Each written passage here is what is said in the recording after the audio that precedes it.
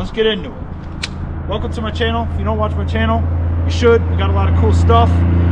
Hold on, there's a tractor trailer driving by. I was hoping the Jake brake would go off, but he's not. All right.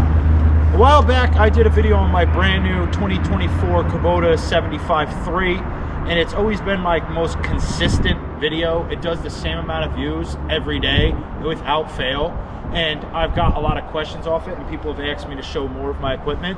So I'm going to start showing some more of my equipment and explaining to you basically the backstory on it and what it is, how it works, and everything like that. So this right here is our brand new 2025 Mack Md6 with an aluminum chip box body on it. So I'm basically going to show you around, take you for a ride, and explain to you why I bought the Mack and why I bought a brand new chip box truck all the way together, because it was a hefty investment, and you can get some pretty decent trucks out there used for probably half the price of what this costs, but there's also some headaches. So let's get into it. All right, so we've had a lot of chip box trucks. We originally had like a 1-ton dump truck. If you guys are just starting out, anybody's in the tree business, I think everybody's done this. Put some high sides on it, use the tarp, maybe stick a rake in there. We went from that to, I think it was an old International. I don't know what the actual truck was, but it was an old International, and I think it was probably like a 15-yard dump.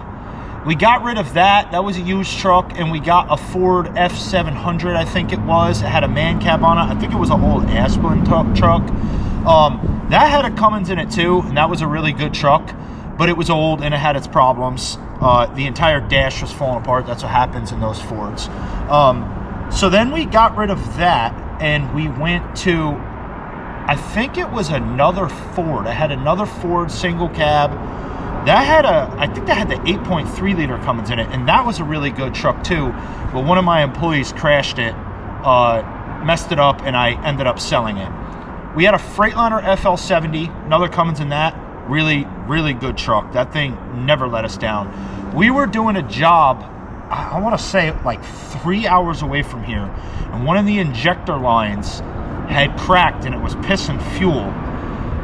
And we were too far away, and I had too much money to make. I said, hey, we'll just take the chance and we'll just run it. We'll you know, see what happens.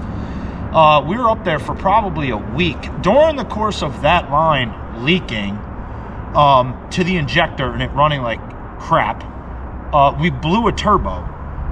I still kept working the truck, and it made it home like a 3-hour trip all the way home with a cracked injector line, piston fuel, and a blown turbo, and it stunk so bad. It really, I honestly, I'd be lying if I tell you how fast it was going, but it definitely wasn't doing highway speeds. But it made it home, and we got that contract done, and I made really, really, really good money on that. And then our longest running truck, the reason that I ended up buying the Mack is we had a 2005, I want to say, International 4300 with a DT 466 in it. Now the engine itself, quite simple. We had it blow on us a couple years back. The actual truck had over 400,000 miles on it. The engine blew a couple years back, so we rebuilt it over the course of like a couple weekends or something. I'm talking the whole bottom end. We didn't do new rods. It's crazy windy out here. But all main rod bearings, new pistons, new rings, new sleeves, the whole 9 yards. But what we didn't do was the head. And we found out quite early, it's crazy windy. We found out quite early that after we rebuilt it, we didn't go that long, maybe, honestly, maybe 5,000-6,000 miles, and we kept blowing injector O-rings. So we kept replacing them, and it kept getting worse and kept getting worse and kept getting worse. Over the course of this whole thing, I was spending like an insane amount of money trying to track this problem down. Come to find out, the head itself was bad, and the metal ring on the injector had, over the course of the 400,000 something miles, had rubbed the head clean, so it wasn't making like a perfect seal, and the high pressure oil would get by and blow the rest of the rings out. It got to a point where Kevin, who drove the truck and now drives this truck, you guys have seen him on here, he would keep injector O-rings on the truck, like in the overhead compartment. We blew injector O-rings one day on a job, and we replaced them in the driveway. Like, we started getting surgical with this. but it just continually kept having problems. Like, it was a decent looking truck. It was a big chip box body. I'm pretty sure it was a 30-yard box. But it just consistently kept giving us problems. I think at one point I had looked at all the repair bills for this truck, and it totaled something insane for 1 year. It was like I had spent like $15,000 just keeping this thing on the road. I didn't want to buy another chip box truck because although you need it, it's not the most important thing in the world. And to spend like what I spent on this truck, which I'm going to tell you here shortly, for a truck that you're just shooting chips into the back of, I mean, you literally drive it to the job, you shut it off, and it just sits there. So I have no problems buying equipment. You know, I like to have new stuff.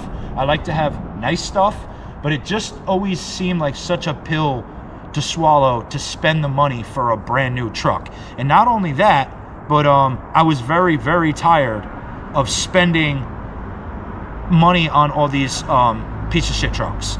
And I'm sick of the Internationals. I'm sick of the Freightliners. I will never, ever own a Ford. And that's pretty much all you got out there. I mean, you can start getting into some bigger units, and you can put them on like Kenworths or anything like that, but for some of the residential stuff, I needed the absolute biggest truck I could get, but still fit in a residential driveway. And at the same time, I need it a little bigger for some of our commercial work. Now, a lot of my commercial work, I'm allowed to shoot off to the side of the road. But for those spots that we can't, which we have, I wanted, like I said, the biggest chip box truck I could get and still fit in a residential driveway. So that's that. Now let me show you around the truck.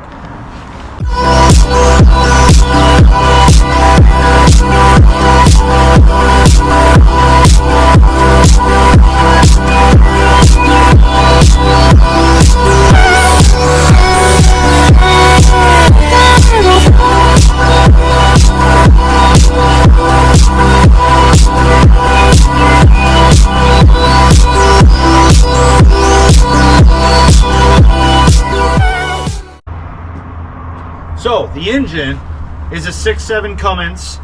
I ran the VIN to find out the horsepower, which is also listed on there after I did it, and it's 260 horsepower.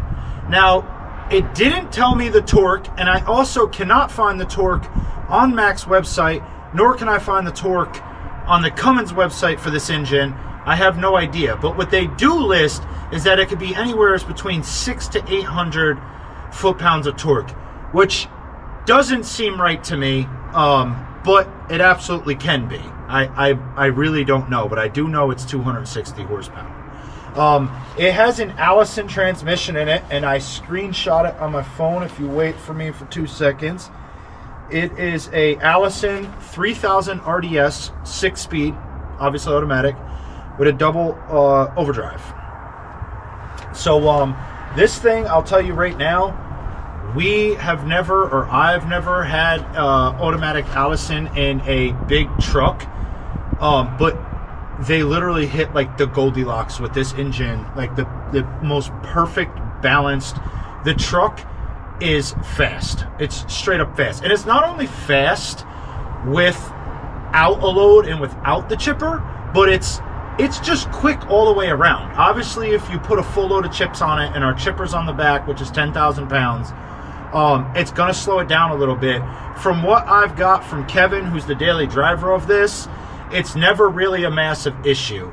I think going up our biggest mountain, which actually around here would be Hunter Mountain, New York, going up and down that. But we've also went up and down the mountain in Walton, New York, which is very steep and very long, like a couple miles long. I think he was saying he was doing about 40, 45, 40, somewhere around there. He's probably going to tell me I'm wrong, but if I could get the actual numbers from him, he's not around right now, I will give you the actual numbers on what he was doing up that hill. And also later in this video, if I can, I'm going to look up the percentage of the grade on Walton Mountain, because it's pretty ridiculous and it's very long. But anyway, going back to it, they just did everything perfect with the mating of the 6.7 Cummins to the Allison transmission. You really don't feel it shift that much. It's just quick, it's smooth, it's just an amazing setup. So I'm very happy with the way that it was set up. I obviously would not buy anything that didn't have a Cummins in it anyway. For anybody who's watching it new, I'm not necessarily a Dodge guy. If you go watching my channel right now, I'm a Cummins guy, and that's the base of it. So that's what it is. Off to the next spot. So off to the aluminum body. So when I first started looking for trucks online, I decided I was going to buy a brand new truck. I was just searching the internet, and I happened to come across this truck that I bought, a picture of it, and I said, an aluminum body? I've never seen an aluminum body on a chip box before. I know it's a big thing for like triaxles and stuff, but I have not seen too many, if not any, that I recall, aluminum bodies on the chip box. So I had called a guy up, which is a Schodorf truck out of Columbus, Ohio, and they're literally like the nicest people ever. And I forget how old the company is, but it's like over 100 years old, and it's on like its 4th or 5th generation, and the guy is crazy nice. Like when I bought the truck, I flew to Ohio. He picked me up at the hotel, or the airport, I'm sorry, and he, like, you know, got me some food on the way back. We shot the bullshit. He gave me a whole rundown of the truck. Like, the guy was super nice. So if anybody's looking for trucks, I would definitely talk to them, because if you're on the East Coast, or even the West Coast if you wanted to, it's totally worth doing, because they just did an amazing job. And as far as I know right now, there's only like 2 dealerships that are selling this aluminum body, which is the most overbuilt, overthought out, well put together body I've ever seen. It's from Canada, and it's called Voth. And since we're at the back of the truck, I'm going to start back here, because I absolutely love what they did with the back. So first thing first, obviously, instead of one giant single, we got to unhook the chains here, one giant single door, or sometimes what they'll do is they'll do like they did here with like a quarter door, or a half door and a quarter door, or just split it up whatever way. Instead of like giant steel doors that are hard to swing open, these are just super light. They have greasable hinges on all these, which none of other chip box trucks had. And the reason that I like this is the way that they did the actual latching mechanism. Look at it. It's just like a C, and it's round and grabs these round things so well. It's never an issue. Instead of the fingers that are like on the end of like a Connex or a seat crate, I don't know what you guys call them, but like the steel boxes on the back of tractor trailers. I've called them Connexes for my military days. That's what we call them. But anyway, I love this. When I swung this door open, what they did is they designed this in a way that comes around this door, and that door could also open through there. Like, it was just so well thought out. And again, every single one of these hinges have greasable joints on them. Now, we don't use ladders. Sorry for you boys that use ladders in the tree industry. I don't believe in ladders. I don't believe they should be on a tree job. We don't use them. So what Kev did is he actually went in here and he did a really good job. We didn't want this to slide back because it's the whole length of the truck. So he sort of cut this notch out. That sits there, and he's got he's put a ring in back there, and he just uses a bungee cord to keep everything right here. So that came out real good. We always try to keep the pole saw and a blower on this truck. We also keep them on other trucks, but it's nice to have this here. So, but yeah, I think they just did an amazing job. Other than all the lights are LED, it's just, the truck is just awesome. It's just the way that they put it together is awesome. So let's run down the side, if I can shut these doors properly. And then I'm going to pick the body up. Oh, this is another thing that I like too. Instead of putting some kind of stupid latch system like you see on dump trailers, they actually just cut out a hole for the chain. So that way, you know, once you put that in, it's not coming out. So like normally what they'll have, and we used to have one on our old one, it's like a rod with a hole and you got to push it down, but it gets stuck. Or there's like a small ring on here and a hook, and you hook it, and that's how doors get bent. Once this chain goes in that hole, unless you drive around somewhere crazy, you know it's not coming out. All right, so coming down the side of the truck, not much to talk about. We're gonna get to the toolboxes. They're removable tops. And what I love that they did, again, like so over-engineered. These latches are literally the nicest latches I've ever seen on these. A lot of times they'll actually have nuts and bolts, or they just have a pin with a hole through it and you throw a hitch clip through it. But these things are like, they're like almost spring-loaded. You know they're not coming off. And they do have hitch clip pins, and not only that, but they put the actual like the bar part that locks it in over top of the handle, so the handle can't come up. Like, they did a crazy good job on it. Crazy good job. Now, going back to the other side, this is like the part that blew my mind. When I first picked the truck up, I had noticed there's strobes up there. And I'm like, well, how the hell does that work? What they did is, you have this right here, right? So these flip up, those flip up, and there's a plug. So you unplug them, and they stay up there. The tops, he said, were like almost 100 pounds. So 2 guys could lift them right off. But it's nice because now you're able to have strobes. Now, I've not seen any chip boxes that have that either. Everything that they did on this truck was just like so over-engineered. And even this is the craziest part to me. They put a ladder in. But look at that. It's really nice for when you got to get in back of the truck to shovel stuff back, or anybody that's watching this, if you're a tree guy, you know that's really where you got to go take a piss. If you're out in the middle somewhere and there's nowhere to go, or you're working on the side of the throughway, that's always the safest place to go. So to have a ladder right here, like, that's crazy. Crazy. And I do like, I keep forgetting, they have this little latch system here, so the ladder can't come out. Now, the only downfall of this that I realized driving back from Ohio is I put a bungee cord on this, because this, when you're going down rough roads, you hear it in the cab, and it's quite loud. So that's the body. And I'm actually going to lift the body up, and I'll show you my absolute favorite thing about this, like, bar none, the best thing about this entire truck. There she is, boys.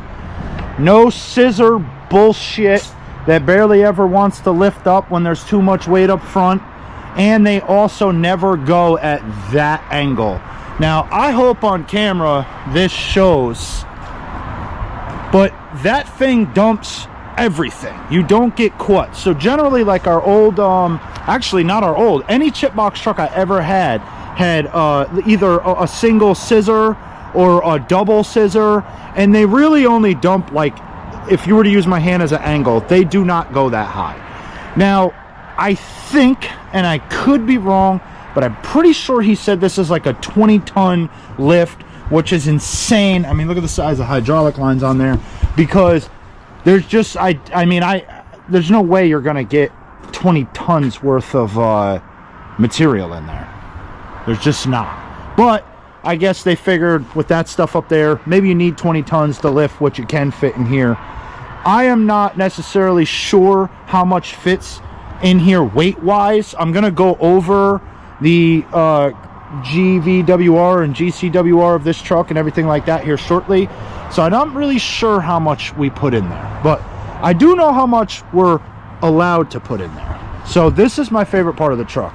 And if you look at just the construction of this thing, I mean, it's like they, you know, the floors are quite thick. I mean, the floors are just as thick as that door was that I just showed you over here. This is my favorite thing of this truck. It dumps crazy fast. I mean, we've had this thing overflowing to the tailgate, and it always dumps the same speed.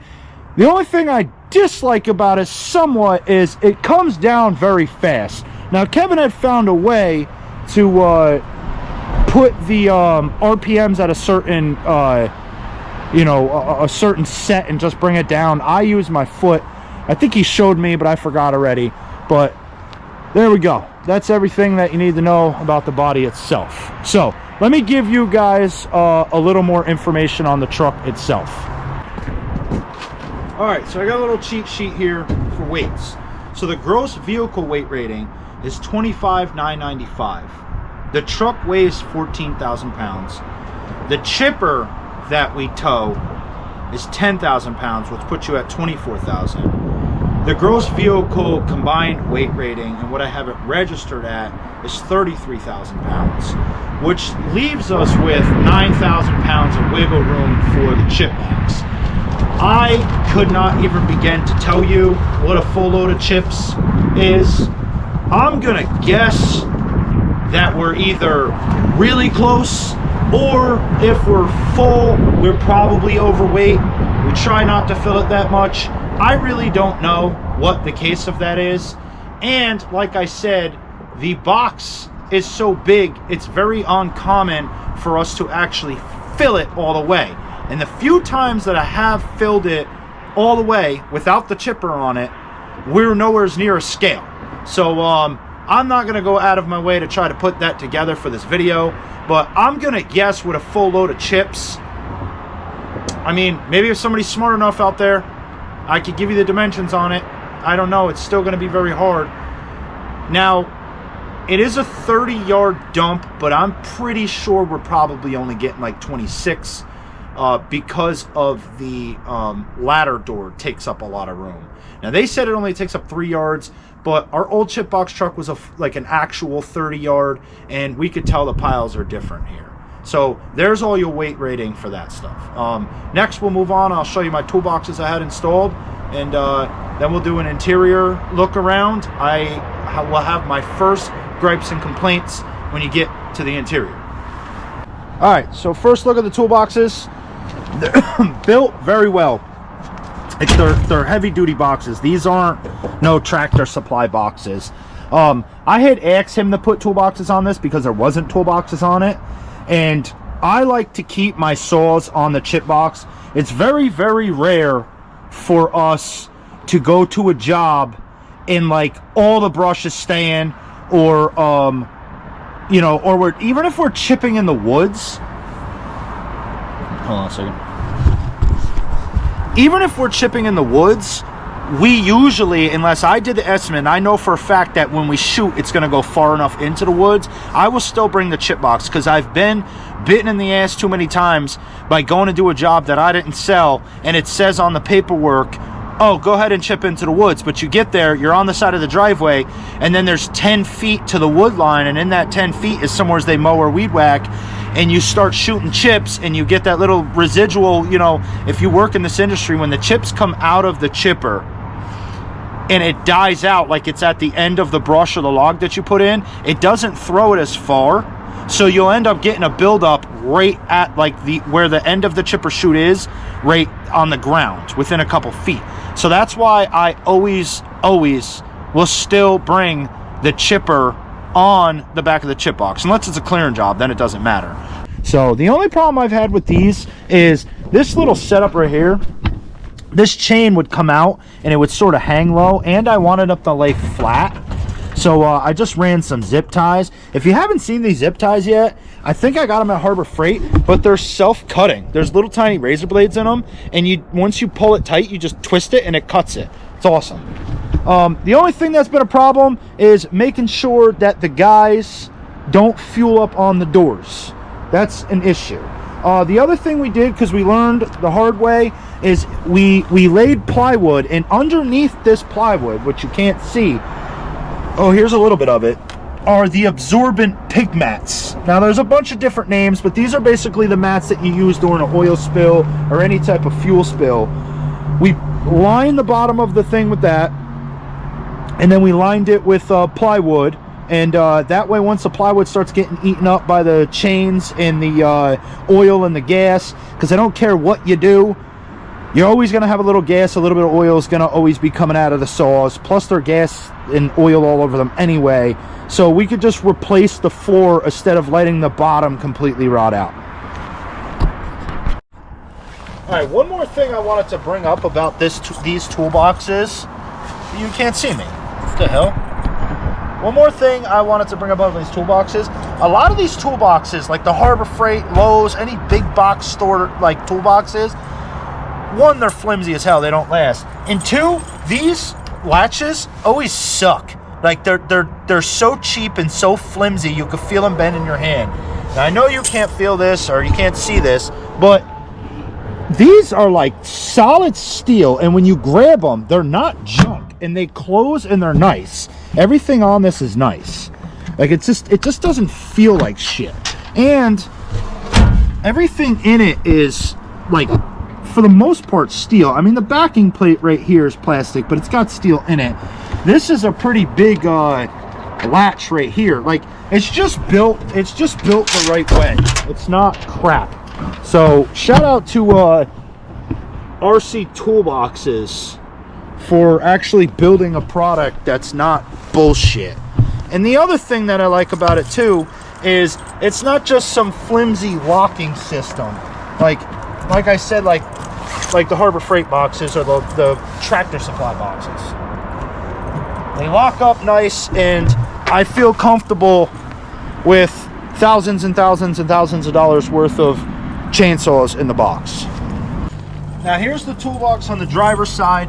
We didn't really have much to put in here, so Kevin sort of made it his spot. I think he keeps like, well, he keeps like cleanup shit. He keeps tools in here. I know he keeps impact gun in here. Oh, my chair that I accidentally hit with a limb the other day is in here. I'm gonna take this out now because I'm actually gonna tell you what happened to this chair here in a minute. That's my favorite chair. Actually, the other guy, Nick, that uses this, he doesn't know about that yet, but I'm gonna explain that story in a little bit. So anyway, he keeps some spare tools in here. Airlines, we got an airline hookup for that.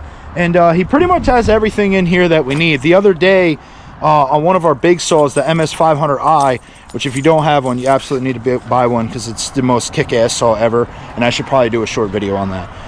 But that had a burr on the bar. The chain was sharp, but the burr was horrible.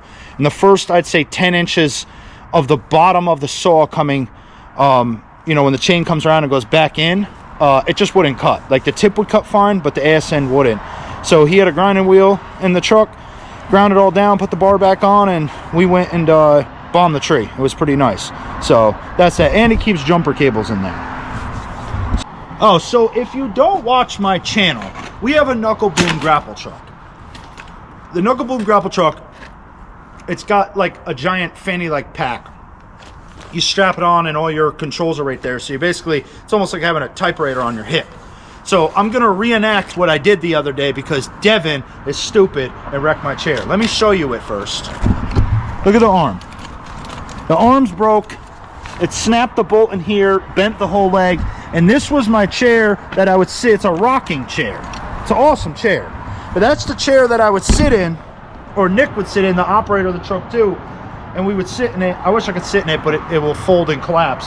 You could sit in it and rock back and look up because it's very hard when you're like this all day. If I'm looking up at a tree, you're like this all day. You're not directly under the tree, but you're sort of, let me go out a little bit. Remember, you have the thing here, so you're like this, and your neck just starts killing you. So this chair would tilt back real far, and you can see what you're doing. Yes, we are sitting in a chair cutting trees down. That's why you should watch my channel. But anyway, I want to show you exactly what happened here, right? So, here I am. This chair was not around. It was on the other side of the house. We go to do another tree, and I'm standing here like this, and I'm looking straight up, so I'm standing like this. Devin comes up behind me, and he sets the chair about 4 or 5 foot behind me, just off to my side. Now I have a probably 25-foot piece. I'm not looking this way. I'm sort of at an angle this way.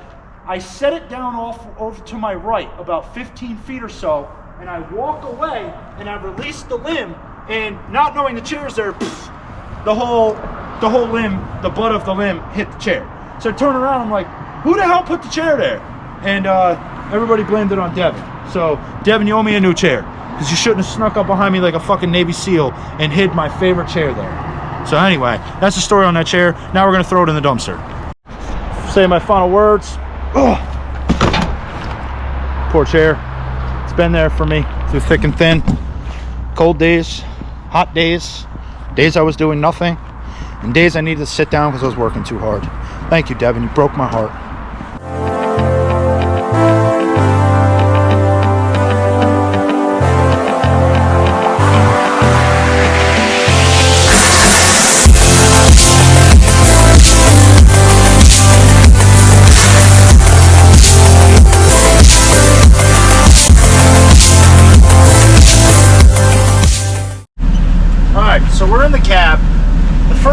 say about the cab, I'm actually going to shut the truck off. First thing I'll say about the cab, I only have 2 gripes about the cab. And I'll just give them to you right off the rip so we don't have to sit around and act like, you know, it's some big thing. One, the mirrors are absolutely 100% gargantuan. They're bigger than the Statue of Liberty. I mean, King Kong would have a problem wrapping his hands around this thing. Godzilla would have a problem, you know, taking these mirrors out. That's how big they are. I mean, look at these things. They're just gargantuan. They're so big that it actually causes an issue when you're driving, because you'll be driving along and say you're coming to a T in the road, or the road's sort of at an angle, the blind spot on it is huge. I mean, you would miss the Titanic coming down the street if you weren't looking right. You almost have to like bob and weave and look around it and go like this. It's just they're astronomically large. And the thing that I don't understand about it is the mirror itself, like the actual mirror where you see, it's not really any bigger, maybe a little bit bigger than most mirrors. It's the giant plastic shit that they put around it. So I'm actually going to roll my window down and I'm going to show you. Look at this. I mean, look how large it is. It doesn't make sense. Like what? It's just a giant hollow spot. They couldn't put a flat piece down there. All right, I'm getting too off topic. They're just too big. All right, so that's my first gripe. Now my second gripe is something totally different. Let me show you that. This is the second gripe. They left nothing for passengers in this vehicle. I am now currently.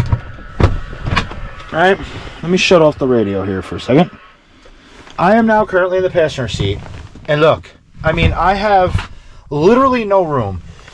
I mean, there's nothing. It's so tight. It's so tight.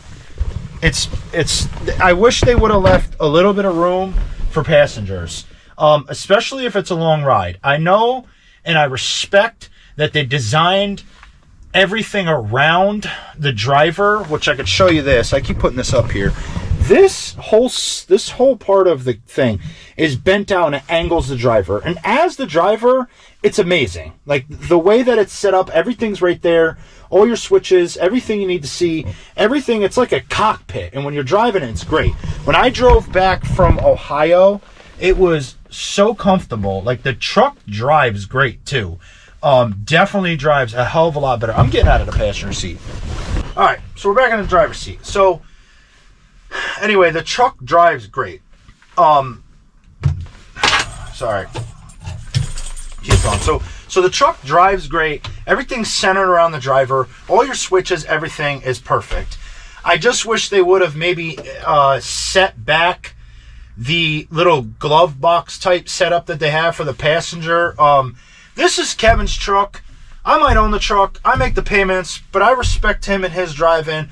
I'm not the company owner that's like, I own it, I'm driving. If it's your truck and I want you to take care of it and do what you're supposed to do with it and keep the interior clean, I'm not going to take it from you just because I'm there and I want to drive. So more often than not, I don't think I've ever been in this truck with the driver of this truck in the passenger seat. I just wouldn't do that. It's his truck. He gets to drive it. I sit in the passenger seat. So I guess that's why I'm bitching so much about the passenger seat. Actually, while we're in here, we are going to fire this bad boy up, and I'm going to put that bed back down because I still haven't put it down since I showed you guys, and I'll show you just how fast this thing goes. All right? Let me see if I can turn the camera on. So this is how fast it goes without it. Now it does slow down every time another piston comes in, and if you give it gas, it goes even faster, which I don't want to do. Now it's going slow. And you know, now I feel like a liar because if it's warm out, it comes down a hell of a lot faster. But there we go. That's that. So, going back to the interior and my griping. I do have one more gripe about this thing. It has a speed limit like indicator. The truck will do 76.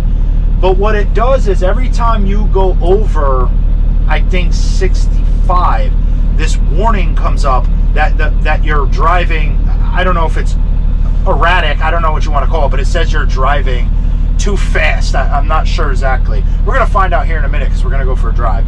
But it'll say you're driving too fast, and then you clear it. You'll hit a button on the dash, and it'll come back again. So it's senseless to keep clearing it. But what it ends up making me do is I'm constantly not looking at the road. I'm going through the menu on the dashboard to try to shut the shit off. So I think it actually made the situation more dangerous. Shut the PTO off. But anyway, let's go over the dash here. So the actual dash here, very visible. I love that they use the blue and red. It just looks good together. The engine brake on this truck, which I forgot to talk about, is amazing. I love it. It's the first chip box truck we ever had with the engine brake, and it works really good. If I'm not driving around like hills and I got a load on or the chipper on, if you're just driving on flat ground, you can't even have it on because it just slows you down too much. Big thing for me that I found was awesome is there is the mirror. The mirrors are powered, which is awesome, you know, for what it is. Lights, I wish they had auto lights. Like it's 2025, Mac. We just spent all this money on a truck. Give me some auto lights. But I guess that's just me complaining. I'm actually going to turn them on because we're going to go for a drive. The switch down here is for the strobes. And you got your DEF, you got all your regular stuff that you need. I really love the fact that not only did they do like an analog speedometer, but they also did the digital, because I personally like digital. The radio's not bad. It doesn't sound horrible. I would jam a song for you guys, but the last 3 times I had songs in there, they you know, I forget what they call it, but it's copyright infringement. I don't know, something like that. Can't play music, so I'm not going to play any songs. Every one of these Macks comes with a can of Grizzly Long Cut Wintergreen. You actually have to be able to dip to drive one of these. If you try not to, Grizzly actually has a SWAT team that will track you down and whoop your ass and make you dip while you're driving. I know it sounds crazy, but it's true. So speed control's nice, which is what Kevin was showing me. I think I was telling you about. You can hit the speed control and hit that with PTO and it raises up. Oh, look, I think I just figured it out. Hold on a second. Let's try it. PTO in, speed control on, and it goes up. So that's what he does when he does the PTO. And then it's just, then you just sort of, it's just a 1-speed thing. It goes up the same speed. Because generally, I leave it in and I give it gas, but it's hard to like keep it even because the pedal's very touchy. But anyway, that's enough of that. We're gonna put that back down. So back to it.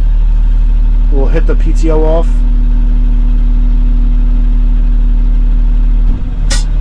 We leave the PTO off. The heat in this truck, let me tell you something. It hits different. It will put you to sleep driving down the street if you're not careful. I don't know what kind of heat they have in this thing, but it is so hot. I was literally driving, I was ready to take off my shirt, and it was like 15 degrees out. The heat is just like any other heat I ever had. We used to have a Dodge Ram 2500 single cab, 8-foot bed, and it had this type of heat in it. And I think what it is, maybe you guys have had this, it's like a dry heat. It's just like, it's like if you have a fireplace, that kind of heat. It's unreal. It's got 2 little USB chargers. Kev has his Hut sticker in here because he doesn't want it on his bumper. That's what it is. I bought this cell phone holder on the way back from Ohio so I could follow the GPS. And all of our trucks are all equipped with CBs. It's the best way to stay in touch with everybody. The other thing is the truck does have some storage under here. Kev keeps his Carhartt bibs, some rain gear, spare sweatshirt, and stuff like that in there. And I also really like this. I think he keeps cleaning stuff in here.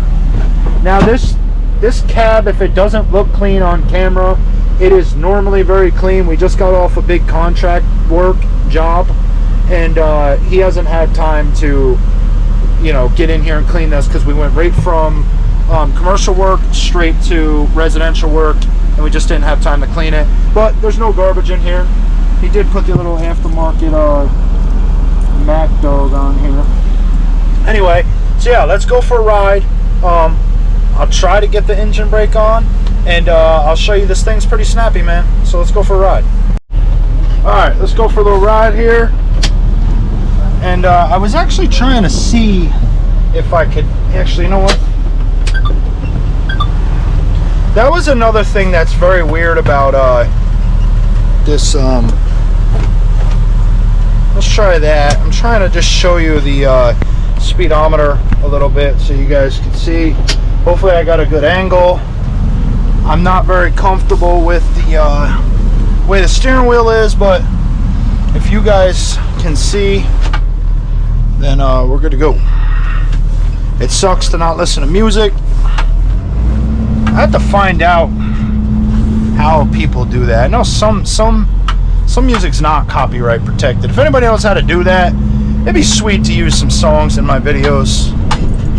So, but anyway, the transmission, as we discussed, and the speed of this truck is unlike any other truck I've had. I mean, it moves. So this is pedal to the metal, 25, 30, 35, 40, 45, 50. I mean, she just moves. And the exhaust brake, let's see if we can get a good shot of that.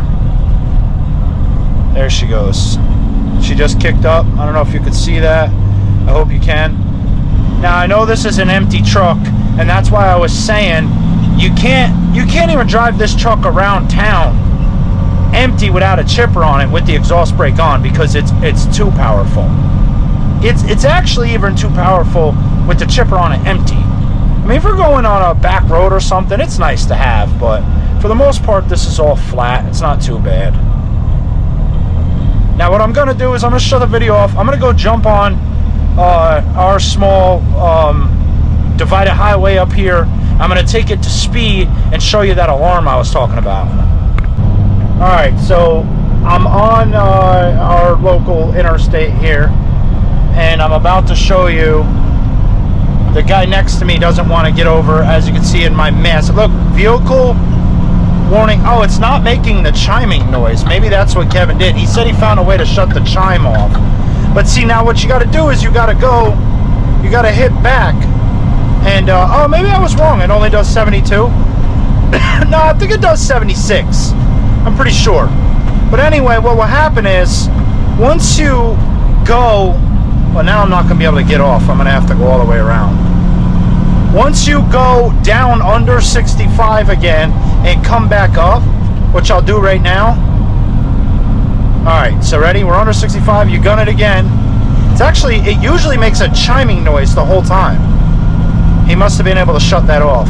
That's pretty sweet, actually. It still says it on the dash, which drives me nuts because then I can't see. So, that's the only part that pisses me off. You know, other than that, the driving is smooth. I think it's a sweet truck. Now, I just got a call from my daughter. She's 11 and wants green nail polish. So, unfortunately, we're going to have to stop and get some green nail polish. One other thing I wanted to bring up. I do like the location of the shifter, because it makes me feel like I'm a real man in a manual, because I could drive like this, as if it's a shifter. Now I'm not moving it, but with your hands on it and you're driving, you almost feel like you're driving a real truck. Almost. Everybody knows a real truck has a third pedal and a shifter. But check this out. Just look at my hand right now. Looks like it's on a shifter. I love that they put that there. If it was like here, that would be even sweeter. All right, let's get that nail polish. Yes, we are at Dollar General and the chip box, boys. I hope they got green nail polish, because my daughter would not let me come home without it, and I don't feel like going all over town. Oh, this looks like green to me. Oh, we're in it, man. Hell yeah. And we're golden, boys. Thank you, Dollar General. Get to see the truck with the lights on it. There you go. Alright, so I think the only thing that I didn't go over with this truck is why I ended up buying a brand new truck over a used truck, and the price of this truck. So the reason I didn't buy a used truck is because trucks nowadays, with all the emissions and everything, if you're in this industry, you know, they don't last 7 years and they're done. The old trucks are getting too old, pre-emissions when I say that, anything like 2012 or older. Now they're getting too old, where you're just constantly spending money, just keeping in this loop of money. The new trucks don't last any more than 7 years, but the thing is I buy this truck, I keep it for 4. If I put a big down payment on like I did with this truck, in 4 years before I start having all kinds of emission problems, I don't know who that is, I'll have equity in the truck. So if I have equity in the truck, I can turn around and I can trade it in. Now, that does keep me in this perpetual loop of payments, but it also keeps me, when there's things going down, I still have a warranty. It's not coming out of pocket, especially the emissions. That's where we know we're going to have problems. I've had problems with that truck already with emissions, and it's under warranty and it was covered. So that was sort of my idea. It's like, buy the truck, which I'll tell you the price here in a little bit, get my 4 years out of it, put a big down payment on it, and keep myself out of this perpetual thing of spending money on parts. And when things go bad, they can tally up a lot faster than the payment on a truck. The payment on this truck is very high compared to, like, you know, if I was to, well, let's just put it this way. Say I did buy a 2017 or 2018 Freightliner or any other truck, and it's got no issues and it's a good truck, nice strong truck. One little tiny emissions problem, you're looking at an $8,000 or $10,000 bill. The payment is nowhere near this, right? What I'm saying, the payment is nowhere near that, is what I was trying to say. So it made sense to me, the way the industry's going, I am going to have to get stuck in this perpetual loop of always paying payments and keeping trucks for 4 years. As soon as I have equity in them, get them out of there, get another truck in. It's really the only way that it's going to be. Instead of having some rotten piece of shit driving down the road. In value, perceived value of people seeing me driving down the road, you see this driving down the road with all my other clean stuff, and then you see another tree company 30 minutes later and everything's old and rusted down and broken and disgusting, you're gonna hire me, bottom line, if you value your home or your life or your property at any point. So that was the reason that I bought a new truck. I'm just tired of wrenching on stuff. And I'm not the type of guy that if something breaks and I can fix it, we're not gonna bring it to a shop. Between me and Kevin, we'll figure it out. There's a warranty. Half of them are rolling computers anyway. I do have a computer to tap into things, but even now it's getting harder and harder because of the, I wish they would pass the right to repair bill so we could fix our own stuff, but they lock everything up. At least Cummins isn't doing it that bad. So I bought it because in the long run, I think it's going to be cheaper to keep on a road than have a nice 2017, 2018, something, even a 2020 at this point, and constantly have emissions issues or transmission issues or anything. So that's why I bought it. The final thing, what does it cost? This truck right here, as it sits, was just under $180,000. Just under $180,000. So it was a sizable investment. But the truck has it's already proved itself. It's a gorgeous truck. I don't see any other ones like it. I think it's going to serve well. We'll keep it for 4 or 5 years. I'll have equity in it prior to that. I could trade it in. Whatever money I have, I'll put down on a nicer, newer one. And we'll keep ourselves out of it. When things go down, I'm still covered under warranty. So that's that. The only other thing I wanted to show you is one more thing. Why it's not lettered, in case of any of you wondering. I cannot find out how to letter this thing because of this window. This window right here on the passenger side is not on the driver's side. Let's go to the other side. And we're here. So I am very militant with my equipment. I like everything the same. I like my guys dressing the same at work. I'm just a very clean person like that, and it would drive me nuts to put a 12 by 12 or a 12 by 18 here and only run like an 8 by 10 here. Now I know you're not going to see it. If you're sitting here in traffic and you look over, you're going to see my logo, but I'm crazy enough with my stuff that it will bother me that they're two different sizes. I've toyed with possibly putting something here, and then we toyed with possibly putting something across the windshield. I actually had the artist come up with something we could put on there, but I didn't like that. I can't figure out what to do. Maybe somebody else has a better idea. If you have an idea, let me know, because it's driving me crazy not having it lettered. At this point, if you're from around where I'm from, you know who the hell I am anyway. I'm not trying to be a big shot, but people know me. They know it's my truck. I would like it to be on there for customers who are across the street while I'm doing another job and can look across the street and see it. Everything else is lettered up. This should be too. I just can't figure out how to do it. But as soon as I do, I will I'll put it up on a short.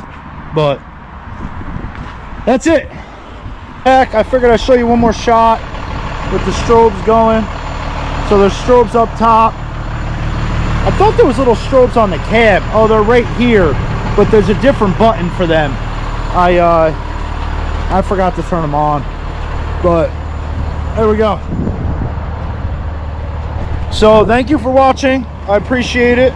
If you liked it, let me know. If you're already subscribed. If you're not, please subscribe. And I'm thinking about doing one for a knuckle boom grapple truck. So let me know if you like this video, and I'll start doing ones on all of our equipment. So take it easy.